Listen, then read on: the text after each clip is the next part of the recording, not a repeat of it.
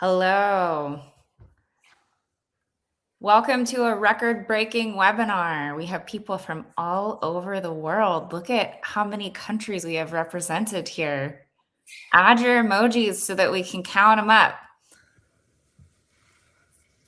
We are really excited to bring you advanced patterns with Claude Code. I am honored to be here with Alon and Lizzie from our Applied AI team. And we're going to do just a little bit of housekeeping here to begin. And this is recorded. So it will be distributed within 24 hours to everyone who has registered. You can watch it as many times as you want. I'm sure you'll want to watch it at least 100 more times. It's going to be that good. This is live. We'll have live demos. Everything is live. You can ask questions live, and we will try and answer questions as we go. And we'll also save time at the end for questions. I'm sure there will be a lot that come up as we proceed through. We are very interested in your feedback. Tell us how we're doing, rate the webinar, let us know what we could be doing better. That would be super helpful for all of us. And we're going to kick things off with a poll. So tell us how your team is currently using Claude Code.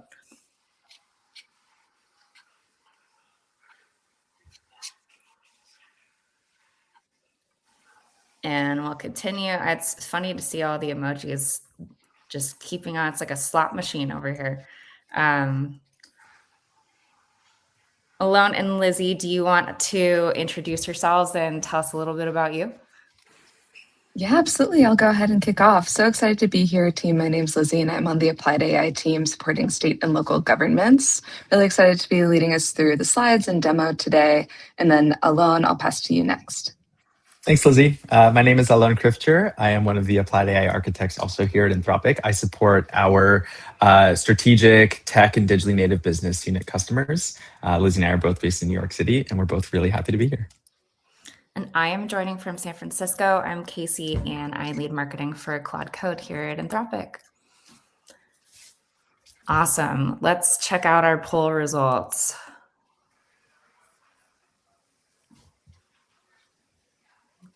Wow, okay.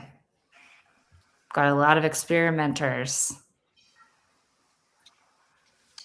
Looks like we have all kinds, all stages. This is great. We're gonna really get into it. So hopefully you all take notes. And I'm gonna hand it off to Lizzie to get started. Awesome, great. Well, let's go ahead and kick off with what I'm hoping folks come out of this session having learned. First up, I'm hoping that you'll learn a little bit more about controlling Claude's behavior with ClaudeMD and hooks. And if you're anything like me and you're sort of staring at Claude as it tinkers and moves through your code base, let's learn a little bit more about parallelizing Claude to get the most out of your sessions as well. We're going to end our slide section with embedding Claude Code across your SDLC, from feature research to CI/CD, and then zooming out a little bit, hoping that we'll form a mental model together and when tool creation is actually worth the cycles for your team. Leaving this webinar, I'm hoping that you're able to imagine and start thinking about what an advanced Claude Code implementation could look like for your organization. So without further ado, let's go ahead and jump in. Let's start by discussing how to customize Claude Code for your code base and your team's unique needs. As many of you know, the first step towards customizing Claude Code is setting up a ClaudeMD file. A ClaudeMD file is a markdown file that Claude reads automatically whenever you start a new session. You can think of this as Claude's instruction manual for navigating your code base and making effective high context changes. Without one, right, Claude is using general best practices, but they're not necessarily your best practices. You can think of it as, trying to put some IKEA furniture together without an instruction manual. You can do it because Claude has a good idea of, what a dresser looks like, but we really want the precise instruction manual to actually guide Claude to the best possible outcome. If you don't actually have one yet, it's super low lift, and I recommend setting one up as soon as you can. Just start your next session with /init, and Claude will scan your code base and draft one for you, and you can edit it from there. All right, great. So for those of you, though, who are are already Claude Power users, you might be at the point where you're wondering, okay, well, what happens when my code base is just too big for one single file? And that's really where nested Claude MD files come into play. We recommend using your root Claude MD file, so in this case, monorepo/claude.md, for any context that applies more generally to your entire code base, and then keeping module-specific or topic-specific guidance in nested Claude MD files within a submodule, for example. Importantly, right, Claude is going to walk up your directory tree from wherever you start your session. So in this case, if you start your session in test cases, Claude is going to walk up the directory to then understand the Claude MD in packages, as well as the Claude MD in monorepo. The inverse is also true. So Claude is also going to walk down your directory to discover Claude MD files in submodules or packages. But importantly, there's an important difference here that Claude is only going to access those Claude MD files when it's relevant, when it's actually editing files within those submodules or packages. The goal here, just to build your mental model a little bit more, is to provide Claude with enough context to work efficiently and navigate, but not overload the context window with information that ideally is just retrieved just in time. And the reason why we really recommend this strategy and why it works for us too, right, is that it can actually boost instruction adherence. We want Claude to be focused on exactly what the task that you're working on in that moment. And it can also limit unnecessary costs. So stuffing a ton of context when it's actually not super necessary for your particular task is actually going to burn unnecessary tokens and maybe even slow you down a little bit. This actually makes Claude MD files easier to maintain as well. So you could imagine like the UI team is going to work only on their Claude MD file for their specific set of packages, the API client team as well. Great, let's wrap this section up with Claude MD best practices. If you were to take like nothing else from this section, what I'd really recommend that you think about is just keeping your Claude MD files really concise. We recommend keeping them, under 200 lines or so. For each line, a good mental model is, I'd ask yourself, would removing this line actually cause Claude to make mistakes? And if not, I'd consider cutting it. The reason being, like really bloated Claude MD files can actually cause Claude to ignore your instructions or weight instructions that are actually important to you less heavily.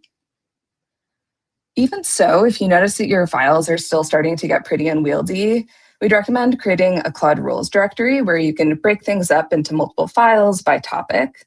And you can actually scope these to paths with front matter, which is super helpful. So a good example might be for all of your Python linting rules, those only load for .py files, for example. So when I'm writing TypeScript, they're not relevant and they're not loaded into context.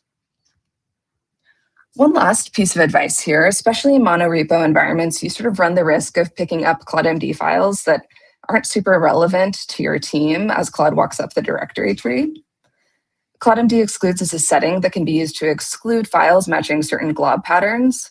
So for example, if I'm working on a greenfield project for which I don't need to log anything quite yet, I might actually ignore the platform team's logging rules just so that I can sort of get through my project without having to apply a bunch of logging rules that don't necessarily apply yet. One important caveat for all of the admins on the line, if your admin has pushed a managed policy Claude MD, you can't exclude that, so rest assured that will still be in context. Great, so now that we've talked a little bit more about controlling Claude's behavior with Claude MD files, let's move on to introducing determinism to your Claude Code workflows. So hooks are shell commands that run at really specific points in Claude's lifecycle, and hooks are purposefully deterministic. So a good example might be, let's say I put into my prompt, always run prettier after editing this file. And in a prompt, Claude is going to do that most of the time, right? But a post-tool use hook that runs prettier every single time, no exceptions, is really where the value is for hooks. To give you a sense of some of the other lifecycle events that you can plug into here, you can use pre-tool use, which is what we just talked about, post-tool use, notifications, and many, many more. And folks are great at utilizing hooks. There's so many good examples out there and in our docs. But a few quick hit examples, notifications, you can customize how you get notified. So a good example might be, sometimes Claude is working on a long running task and I've tabbed away to, 6 tabs deep in another window. I might actually create a hook such that whenever Claude is done with a task, I actually get notified. Another good example is automatic formatting, logging, tool calls, for example. And on the more aggressive side, actually correcting Claude's behavior. So, for example, always writing tests for certain packages before committing. Would really recommend that you utilize hooks, and we're going to talk a little bit more about how they compare to other types of behaviors like tool use next. Moving right along to tool use, MCP, as many of you know, stands for Model Context Protocol. It's the standard way to give Claude access to external systems outside of Claude's execution environment. The comparison we often use internally, and what really made it click for me when I started working on MCP, is that MCP is like a USB-C plug. So just like you would plug that into any computer in order to connect information into it or another system into it, MCP is like one plug to connect to any service on the other end. There's a huge and growing ecosystem of MCP servers and pre-built servers, and you can add them with Claude MCP add server name and maintain them with /MCP. Importantly, MCP has 3 separate scopes. So local for just you on this project, project scope, which lives in mcp.json and gets checked into Git, so you'd share that with your entire team. And then user scope for personal tools that you want to follow you around to separate projects. A quick note on what MCP tools might not be for, and of course, there's always an exception to the rule. I'm curious Alone's take on this as well. But generally speaking, you don't need to build a custom tool to wrap a CLI. CLIs actually allow you to allow Claude to run, for example, Bash. You can call GitHub CLI directly, and are actually a really context efficient way to get things done. It's not really worth it to build a custom tool to wrap CLIs that Claude can already call with Bash. Another thing which we just talked about is deterministic tasks that Claude really doesn't need to reason about. So for example, running prettier or linting, that should just always fire and probably belongs in a hook. And then user triggered scripts, such as logging, for example, probably belong in a hook or a /command. I think the mental model that really helped it click for me is that MCPs are for when Claude needs to reason over external state, not in its execution environment, like fetching Figma designs or creating tickets without relying on copy paste. If you find yourself, dragging the same file or same context into Claude more than once or twice, it's probably time to think about connecting some MCP tools. All right, let's go ahead and bring this section home. So let's compare these. Let's think about when to use each feature, CloudMD, hooks, and MCP. And one thing that I'll just flag, I was talking about this with Alone a little bit earlier, sometimes the lines here are intentionally a little bit blurry and take a little bit of trying just to see what works for you and your particular task. So with that in mind, here are some of the mental models to guide when you reach for each one. I like to think of CloudMD as memory. So there's static facts about your project that Claude couldn't learn just by reading code. This is for helping Claude, navigate through your repo and make good high context decisions. Hooks I like to think of as reflexes reacting to particular events. And then MCP is like Claude's eyes and ears and hands, live access to read and influence external state. Okay, great. Before we head over to the next section, which is on parallelizing Claude, I'm wondering, Alone or Casey, if there are some good questions that have come up that we should try to answer. Looks like a lot of questions about the slide deck, which we can absolutely share. So I just want to address that quickly. And then a lot of questions about having Claude, like asking Claude to help write your CloudMD file. Yeah, so there are a couple of questions that I think I specifically want to cover just because I saw thematically a lot of people asking. There are lots of questions about kind of Claude.md, agents.md. Clearly a lot of users of other agentic tools in the house, which is great. Oftentimes, you can think of them somewhat similarly, right? There is a lot of similarity between a Claude.md, agents.md, rules.md, right? These are all kind of markdown files designated to specifically accomplish certain tasks based on the type of platform or tool that you're using. One of the things that we often see is that with customers or users who are using kind of multiple tools, how do you kind of think holistically about all of them together? Well, the best way is to ask Claude about it. So you can ask Claude to kind of summarize in agents.md or rules.md into its Claude.md. And these can be checked into your centralized repositories and systems to be able to either share them across different people or across different teams, as well as make sure that there is kind of state change on them when you're kind of your systems, your rules, your processes, et cetera. I think this also leads to another kind of thematic question we're seeing, which is around how to kind of make sure that you are building the best Claude.md file. And again, the answer is simply has Claude to do it. What Claude will essentially do is it will review your code base or the specific repository or subdirectory that you're in. It will understand kind of based on the code itself and what you're building, what is important there. It gives you a really good kind of foundational starting point for what should be in your Claude.md that then allows you to think about, what do I want to add from a customization perspective? What do kind of only I know in my brain that I want to tell Claude that would be impossible to understand by just looking through my code base or looking through what I'm building? So that's kind of that really strong kind of foundational place where you can use kind of Claude to help summarize and create that first pass at a Claude.md, as well as take information you already have built out into a rules file or an agents file to ensure that it is completely compatible with Claude Code.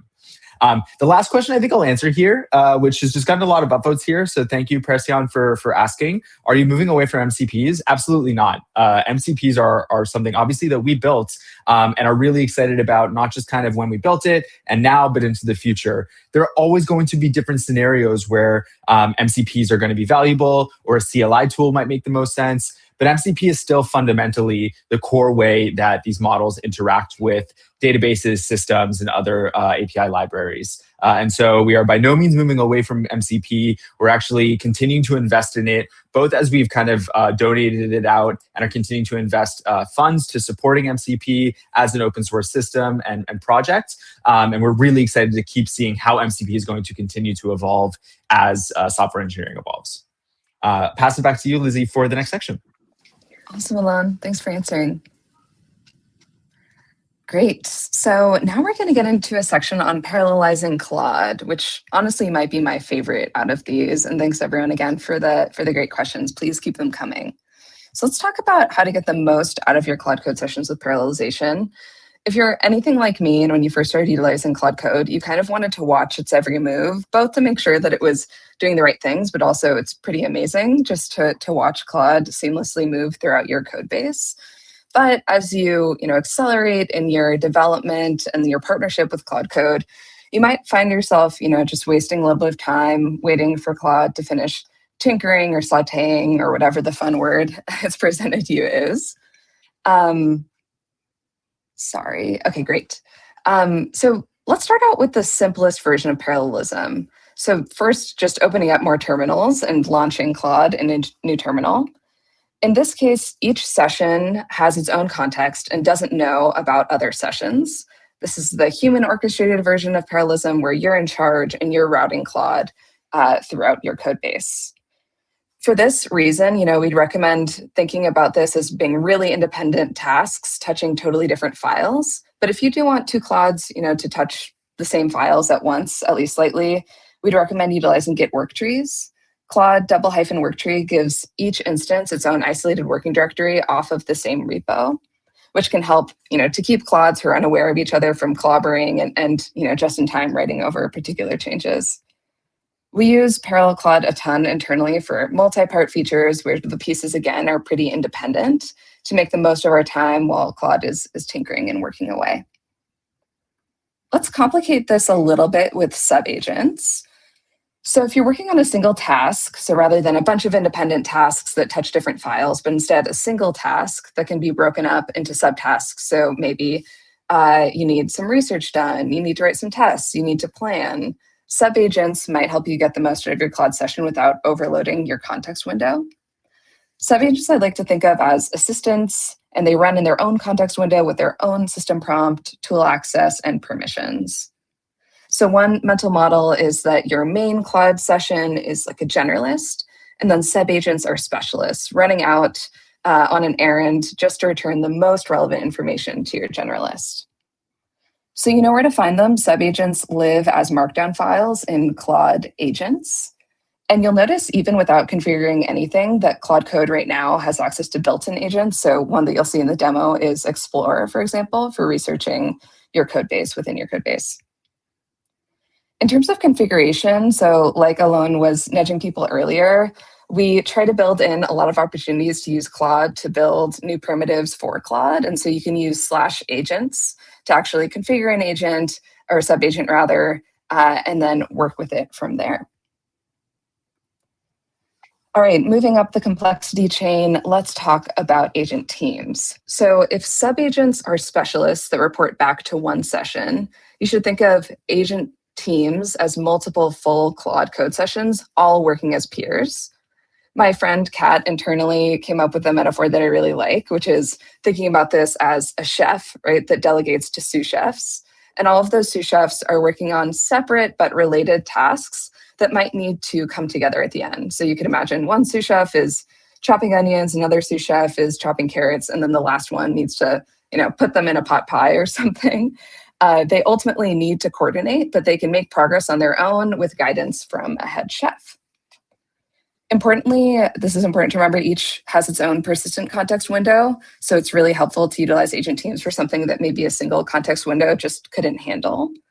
And they actually communicate with each other, splitting up the work and syncing progress. So you no longer have to be sort of the router, although of course you can interrupt their work at any time and provide guidance and so on.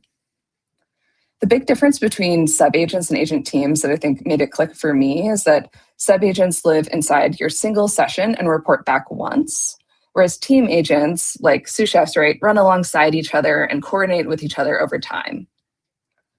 And the ideal use case, again, to think about for agent teams, and again, these are blurry lines, we'll see what works best for you, is work that you can clearly separate into independent chunks, but still requires some level of coordination.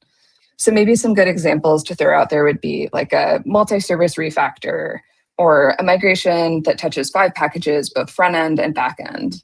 And then each agent owns a piece, and then they check in with each other without requiring direct coordination from you. Great, so let's bring this all together again, and then we'll pause for questions. Really curious sort of what came up for you all. And then we also have a fun poll about, which one you're the most excited to try. So really excited to see sort of what this has peaked for you all. So again, parallel Claude, best for unrelated tasks. You are the router, you are controlling, which Claudes are working on which files, and they don't know about each other. So you might want to utilize Git work trees for that and then merge everything at the end. Sub-agents alternatively are best for delegation within a single task. So the main session is still in charge, but it spawns this focused helper that's just returning the main session back a result. And then agent teams we should think about for sort of more complex set of tasks requiring independent work, but then coordination on a shared goal. Again, the lines here are blurry, but hoping that the demo sort of illustrates when each one comes into play. Great, before I move on, why don't we go ahead and talk through some new questions while folks finish on the poll.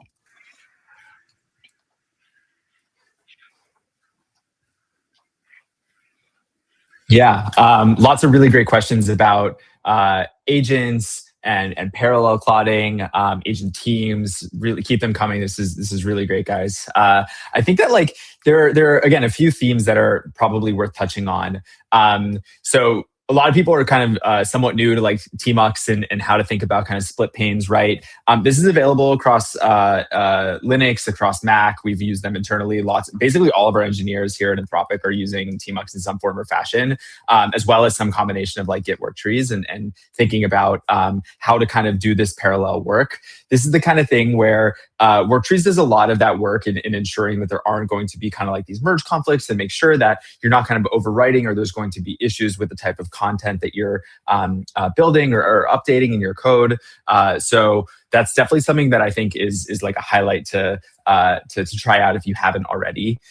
In terms of agents and sub-agents, there were a few questions on how does Claude know which agent to call on, and as a generalist, and then kind of pushing down to kind of the sub-agents. That's where like when you build out your sub agents in Claude Code specifically, you'll have like front matter essentially on the sub agents where it will be a clear explanation of what the goal of the sub agent is, and you can call them different names, etc. And Claude will be able to read those through and know based on the kind of task that you are working on, which sub agents that you want to delegate some work to. And so you can either be explicit and say, hey, I want you to delegate to X sub agent, but the vast majority of the time, Claude knows exactly which sub agents to delegate to based on kind of how you've built out the agent in the first place. And so you can treat Claude kind of as that main orchestrator and allow it to choose and delegate, okay, cool, I'm going to pull out my review sub agent, or I'm going to pull out my kind of security tester sub agent, just as some examples.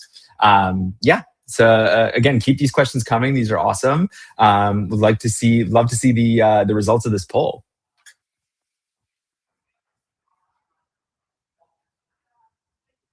Interesting.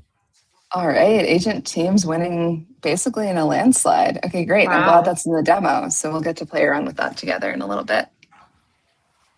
We are getting a lot of questions. I just want to say that we're going to collect these and then we'll do our best to answer what's coming up most often, and work with our team to create more content that will address some of it.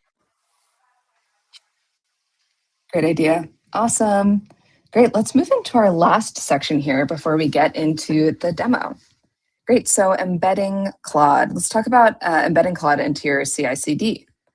So the first step here might be to introduce Claude Code in GitHub Actions. Claude Code in GitHub Actions lets you plug Claude directly into your deployment as a workflow step.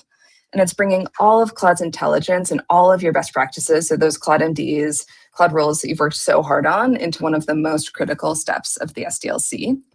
And all of this, again, runs on the Agent SDK. So it's that same agent loop that we've been talking about using locally, just headless in CI. So everything that you know about Claude Code still applies here. In terms of how to use it, how I most often find myself using it is actually tagging Claude in to fix issues, just typing @Claude into that issue, reviewing PRs, or even triggering automatically on a GitHub action.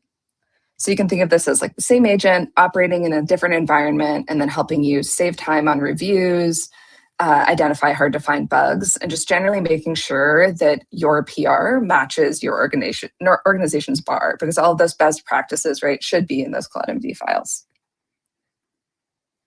Great, let's talk about code review. So code review builds on this concept and is in research preview. Really excited to get more of you using this. It's a review system that leverages that same agent team concept that we just talked about from a few slides back. So when a PR opens, a team of specialized reviewers spins up with context on your entire code base. So we can actually identify issues that might have affected other parts of your code base that a diff-only review would probably miss, right? And importantly, those reviews actually scale with the size of the PR. So if I'm just sending, a few line change, Claude isn't going to go crazy and scanning through my entire code base. But if I'm doing a huge migration rate or a huge launch, you're going to get a lot more attention and a thorough read. Even just to give you sort of a sense of how this has affected us internally, code output per Anthropic engineer, the stat was crazy when I first read it, has grown over 200% in the last year. And manual code review, you can imagine, started to really slow people down and become a bottleneck. And now we run code review on almost every PR at Anthropic. The change that ultimately ended up creating was before about 16% of PRs got meaningful comments and review, and now 54% do, which has really allowed us to just ship more often and with confidence. And it's a more thorough review. I will say, just on the other hand, that does mean that it's a little bit more token consumptive than just Claude Code and GitHub Actions. So I'd be a little bit more choosy on when you're utilizing code review. That being said, it's super worth considering for really significant changes. So, for example, really critical parts of your code base or teams who are super strapped for reviews right now and just can't meet the rate of shipping that you'd like them to. Awesome. That was my last section before we hop into a live demo. Alon and Casey, I'll take the cue from you on if you think that we want to answer a few more questions before we hop in here, or just jump right in. I think let's jump right in. Awesome. Let's do it. Great. So the demo that I prepared for today Imagine, for example, that I'm an engineering manager at an issue tracking software company. And like every EM, right, I have three things to do at once. I'm sure many of you can relate to this. Here are those three things. One of them is adding a mention feature to our ticketing tool. Another one is deciding on priorities and assigning tickets for Alone for our next sprint. He's really going to have his hand full because we have a good amount of user research to go through as well. And then finally, getting through an initial code review for a major addition on audit logging. Just so you guys have a better sense, I'm going to go ahead and stop sharing slides. I want to give you guys a little bit of a better sense of what I'm working with in the tool. And then from there, we'll move on to my terminals. Okay, great. So here's Trackline, this issue tracking tool.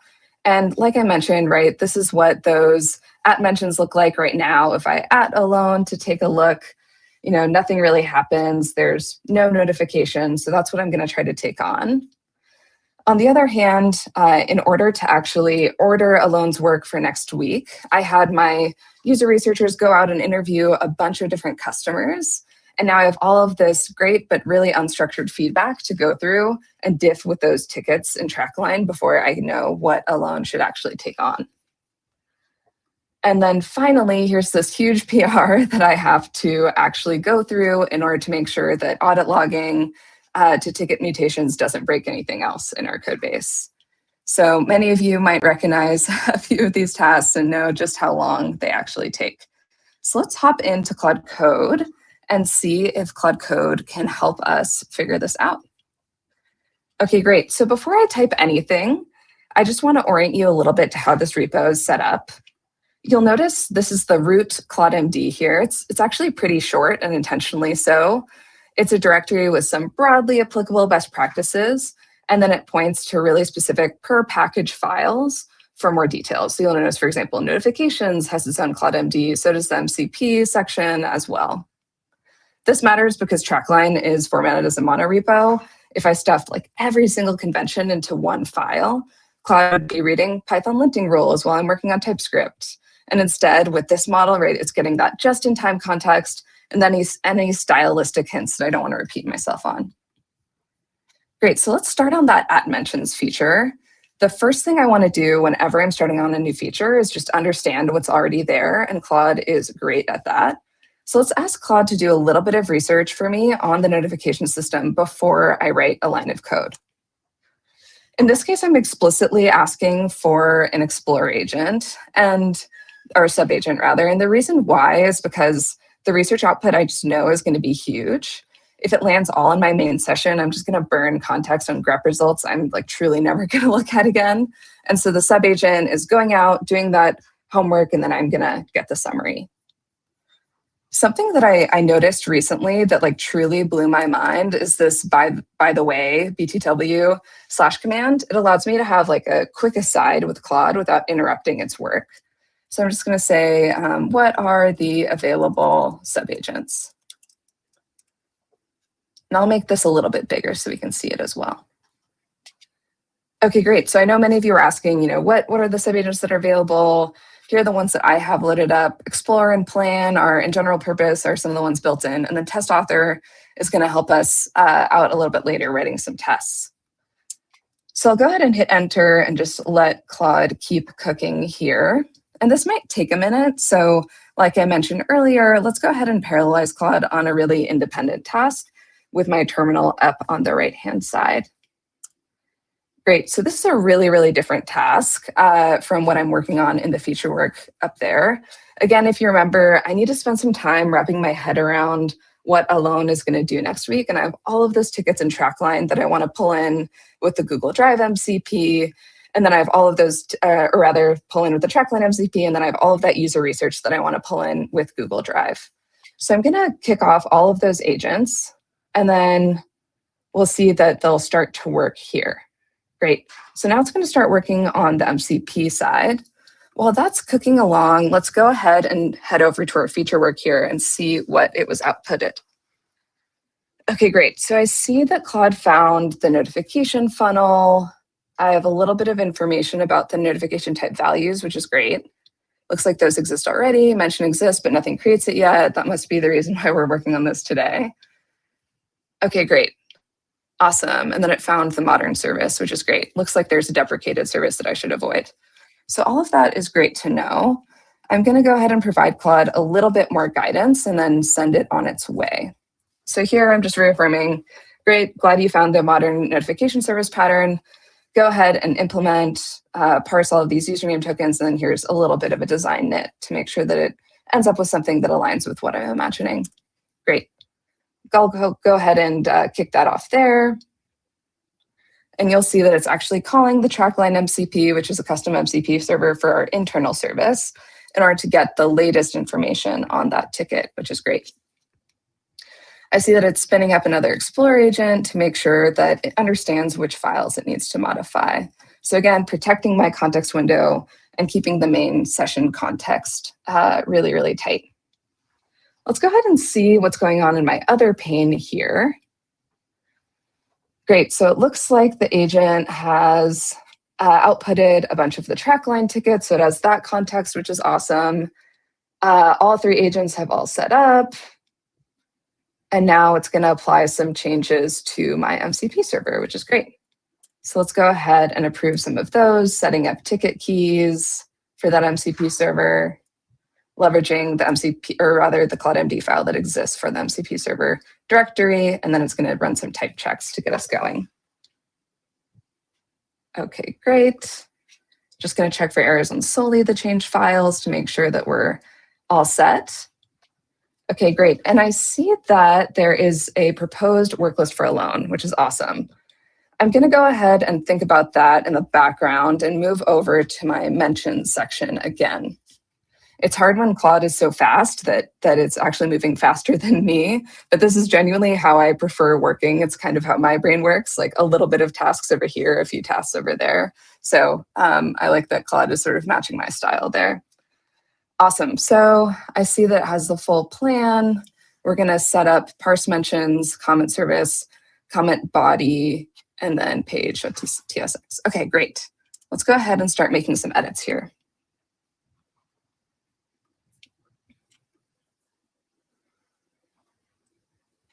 All right, great. That looks good to me. That seems reasonable.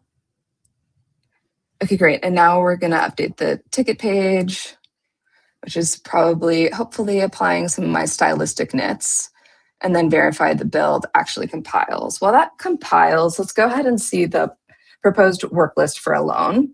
So clearly it thinks that Alone is a very competent engineer, which is very true, but it wants to assign him a few different items, 1 through 3, 4 to 5 are scope fixes, 6, all of that looks good. I agree with Claude. I think that Alone can get through all 6 in 1 week. Okay, great. So let's go ahead and reconnect at this point to our MCP server. You'll notice that it's this trackline MCP server up here on the right. And the reason why I'm reconnecting is because I want Claude to have a chance to pick up that new tool that it created. So I'm going to reconnect here, and then I can even go into the MCP server again and just make sure that there are actually 3 tools. Okay, great. That looks good to me. Okay, go ahead. That looks right to me. Okay, great. Awesome, and it looks like Claude has cooked here, made these changes, and that is all set. Before I actually go ahead and file these tickets, I just want to make sure that Claude's changes applied correctly, and I'm liking what I'm seeing in the Trackline app. So I'm going to go ahead back to Trackline, and I see I'm going to just have to kick my dev server really quick, as it's been a little bit funky today. So I'm going to go ahead and restart here and just start it up and see if a little kick.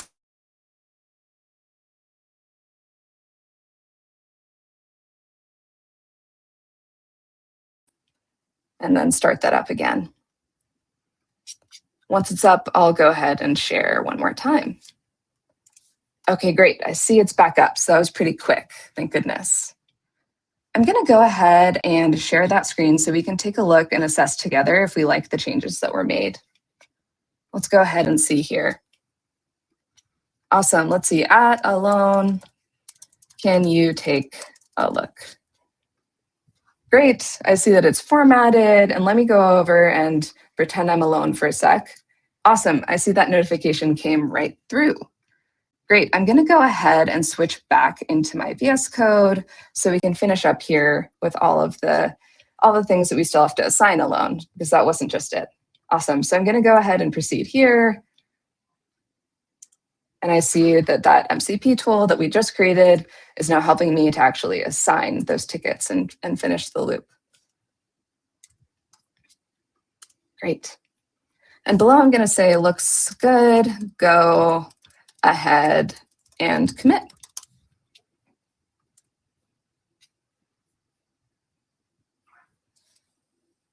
Great. Yeah, I just want the changes that have mention support. So that was a good guess, Claude.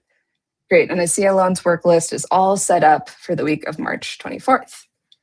Okay, and you'll notice here that with my commit, right, actually a hook ran on pre-tool use bash. So for every time bash is trying to run git commit, I'm running a few different hooks that actually, keep us honest on making sure that we've formatted our code, that we've run prettier and we've linted. So that's what you'll see here. You'll notice that I didn't ask Claude like, hey, run this, make sure that you see this. Claude is actually doing this completely itself, right? Because these hooks are actually firing on events in Claude's lifecycle. Okay, great. And you'll see now that one of the commit hooks actually required test to be written. So the test author, which is that subagent that we saw earlier, is going to go ahead and write those for me. Awesome.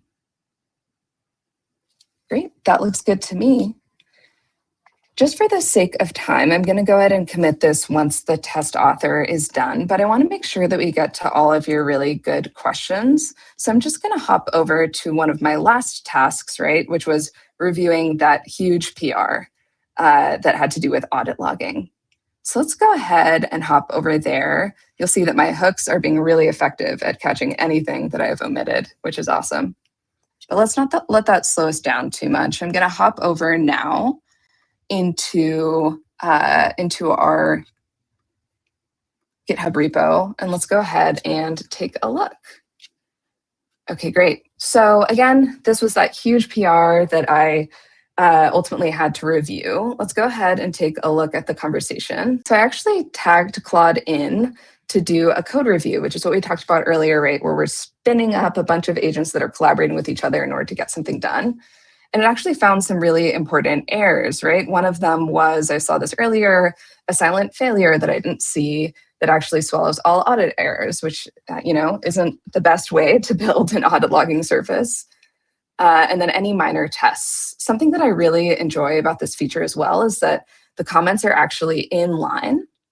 So if you scroll down to find one, we can see the extended reasoning, see what the bug is, any of the specific code paths so that I can actually recreate this error myself and understand Claude's reasoning, and then why this is inconsistent with the rest of the PR. All of this, again, is building off of knowledge about my entire repo and information contained in my Claude MD files.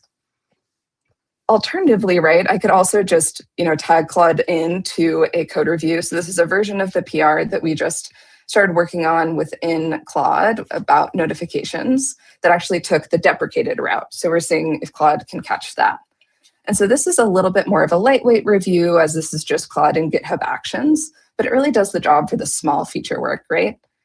And if I want to, I can actually reference in a new issue and then just tag Claude in. Claude, can you take a look at this? Great. I'll go ahead and create that issue directly. And then Claude is going to spin up here and start working. Awesome. Given that we have 15 minutes left, I'm happy to sort of go through the commit flow and finish the loop in VS Code here. And then let's actually hop to questions to close out. I'd love to hear what's come up in the demo.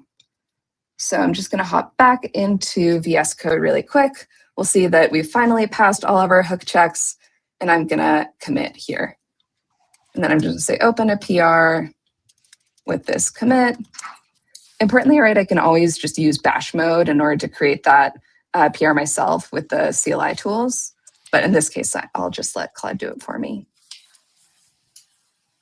Okay, great. Awesome. All set. And that PR has been created. Great. Alone. Yeah. What's come up during the demo? Curious what folks are thinking about. Yeah, so much. Thanks, Lizzie, for going through this. This is really awesome. Been tracking a lot of questions, I think, specific to the demo and just kind of touching on a lot of the previous topics that we discussed today.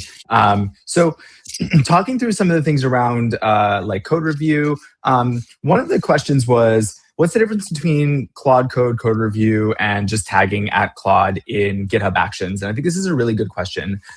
So fundamentally, I think that the key here is that code review is really specific, of course, to code review. It's kind of an always-on agent that is designed to kind of automatically, when PRs are submitted, to be able to go through and run through those different reviews. You could think of tagging at Claude via GitHub Actions kind of as more of a generalist agent. And the idea is that you can specifically kind of guide it in the direction that you want to guide it. If you wanted to at Claude in a GitHub action on a specific PR and ask it to do a code review, it would be able to do that, right? But you kind of have to give it that guidance. And you can also, of course, do many other things while tagging Claude directly in a GitHub action. Whereas for code review, the idea is like, yeah, it's always on. It is here to make sure that we're reviewing your code. It's got kind of the built-in infrastructure around it to do that really effectively. It's a much more kind of specific and purpose-built tool for that code review process. So I think that that's a really good question and good to kind of fundamentally understand. Like code review, again, really purpose-built for that process. Tagging at Claude is more of a generalist that you can really guide it to do anything that you want to guide it to do. Another question around code review is that I saw a few times is, Claude's writing the code, Claude's reviewing it via code review. How do you trust the review to not be biased? One of the really cool things I think about working with these types of models is that when you instantiate them with new context windows and in new surfaces, they really do act in the kind of the most unbiased way possible. And what we see here at Anthropic is that oftentimes Claude is catching things that maybe Claude didn't catch before in a different context window or in a different scenario. So kind of unleashing Claude in different formats with different prompting and different goals for kind of each version or instantiation of Claude allows Claude to kind of do that work really effectively. So totally understand that you're saying, well, it's Claude here, isn't this the same? They're just going to agree with each other. It's not really how it works in practice. And all that's to say, there is still, and another question was asking about kind of human in the loop, there is still often scenarios where you do want to kind of keep humans in the loop, right? You do want to make sure that there is, depending on the type of code that it's being reviewed, how kind of mission critical it is, having humans kind of stay in that loop and be able to even check Claude's work is really valuable and really important. For depending on kind of the organization that you're in and the type of work that you're doing. So yeah, I think that like having Claude be that first pass is going to reduce much of the manual work from kind of that code review process. And then if and when you need to have more human interaction and engagement on it, totally fine as well. Lizzie, anything you wanted to add there, especially kind of the difference between like code review and just GitHub Actions, or where you see code review being the most effective for organizations?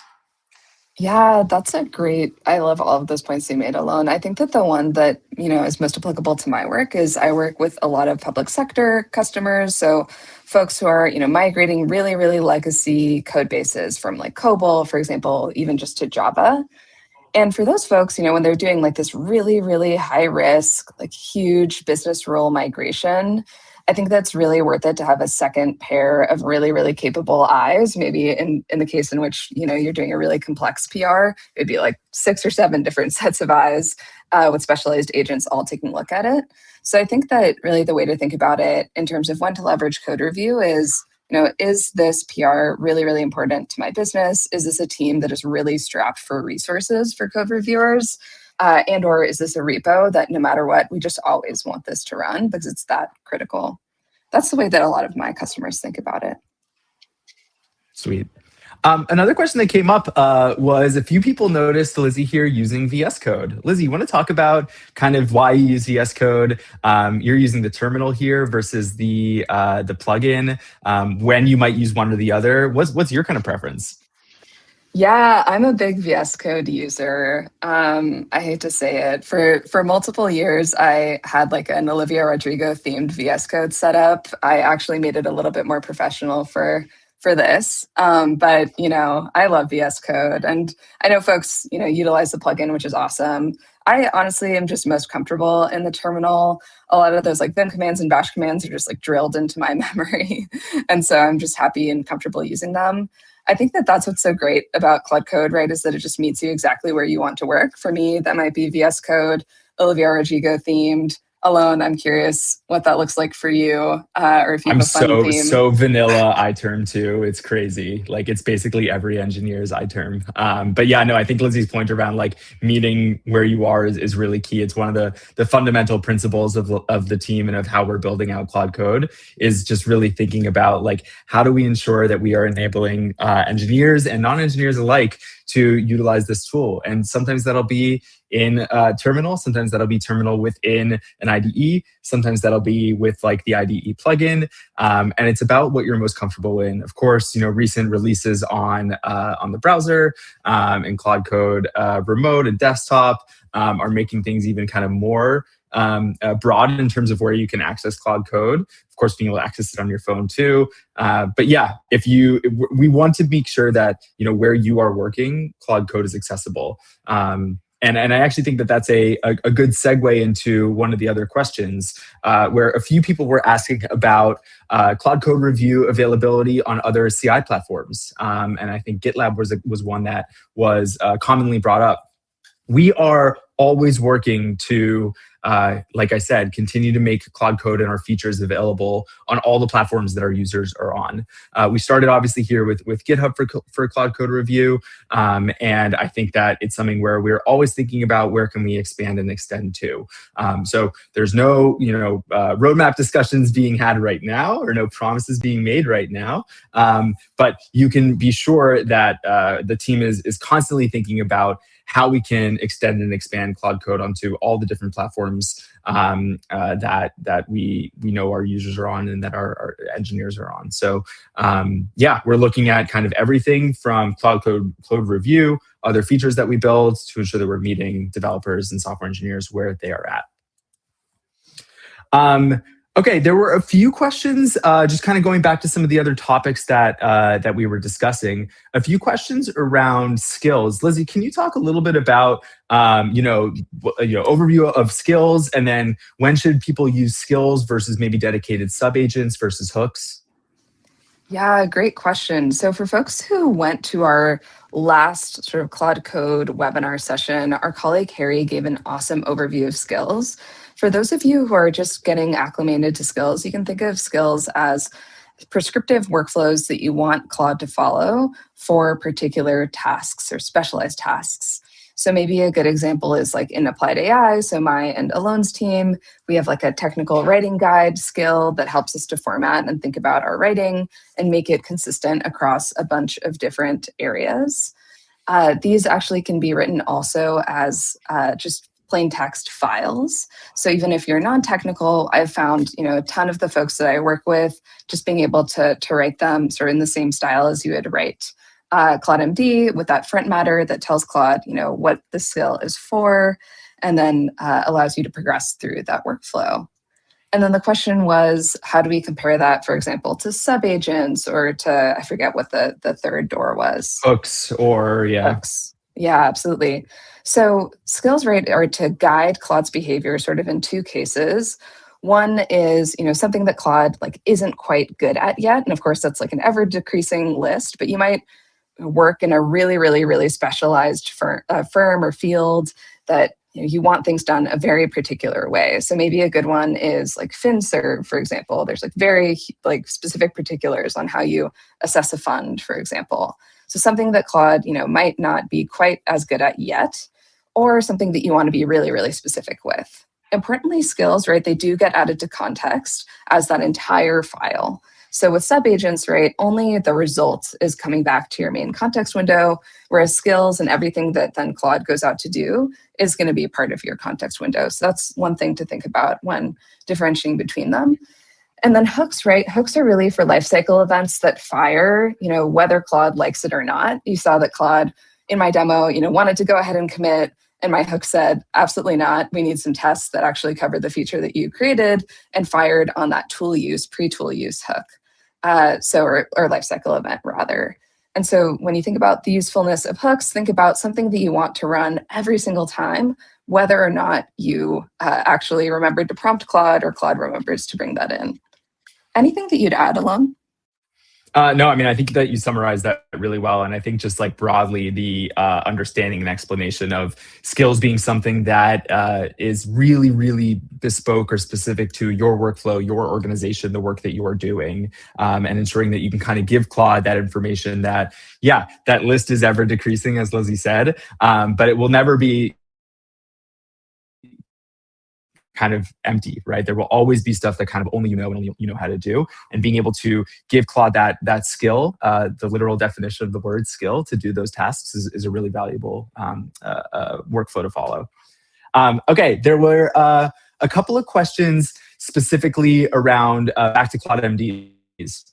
So, questions about Claude MDs referring to other files. How do you structure them in a repository with kind of multiple subdirectories? And one of the things I think to keep in mind is that there's the ability to @mention files throughout your use of Claude Code, and that applies to Claude.md files as well. So you can, within kind of a subdirectory, maybe you have some dependency somewhere else in the code base, and you can actually @mention that file in the Claude.md for that subdirectory to ensure that when Claude is reading through and refers back to that Claude.md, it will actually go directly to that file via that @mention to ensure that it's got the additional context from that file. So you can always kind of refer to files via Claude.mds and elsewhere with @mentions. And then the other question was around thinking like, you have your 3 repos, they're a little bit different. What's the recommendation for Claude.md files on like maybe a backend or a front end and mobile? I'll refer a little bit back to like what Lizzie was showing in kind of that monorepo example, right? Like we really want to think about Claude.md files that are specific to the work that is being done within that subdirectory. So because they recurse back in terms of Claude's ability to read through those Claude.mds, we want to make sure that the information in a Claude.md file is specific to everything kind of within that subdirectory. We want to make sure that it's not too restrictive in that, like, once it goes back up the ladder through the monorepo, it might conflict with other rules. Obviously, we just want it to be like really specific to the work that's being done in that subdirectory. And then there's one last question that I want to touch on before we wrap up here. And that is, what's the best way to keep track of changes and features in Claude and Claude Code?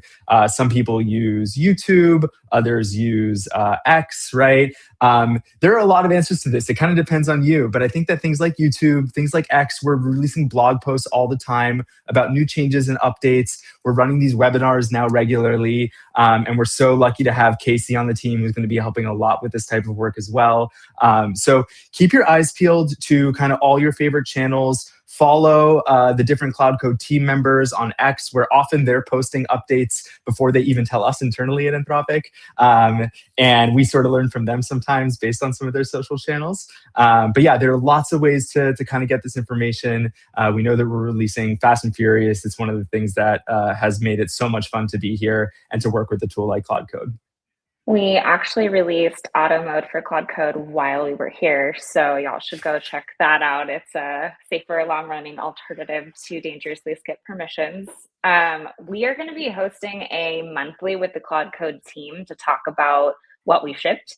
So that will be available to register for soon, and it will be coming up in April, and we'll talk about auto mode, we'll talk about dispatch, we'll talk about scheduled tasks, we'll go through a bunch of stuff, and I saw a lot of questions here about how to use those with agent teams and sub agents. We'll make sure the Claude Code team knows what all we saw in the questions here that we didn't get to. I will say again, this was recorded within 24 hours. We will send the recording. You'll have the transcript. You'll have the slides. We put some docs here that you can go to for further reading.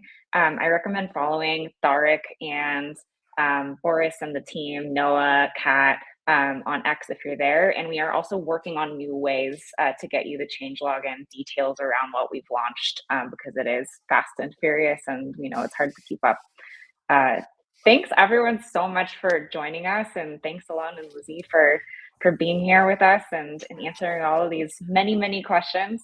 And we appreciate you all for spending time with us today. Thank you Take all. care, y'all. Thanks.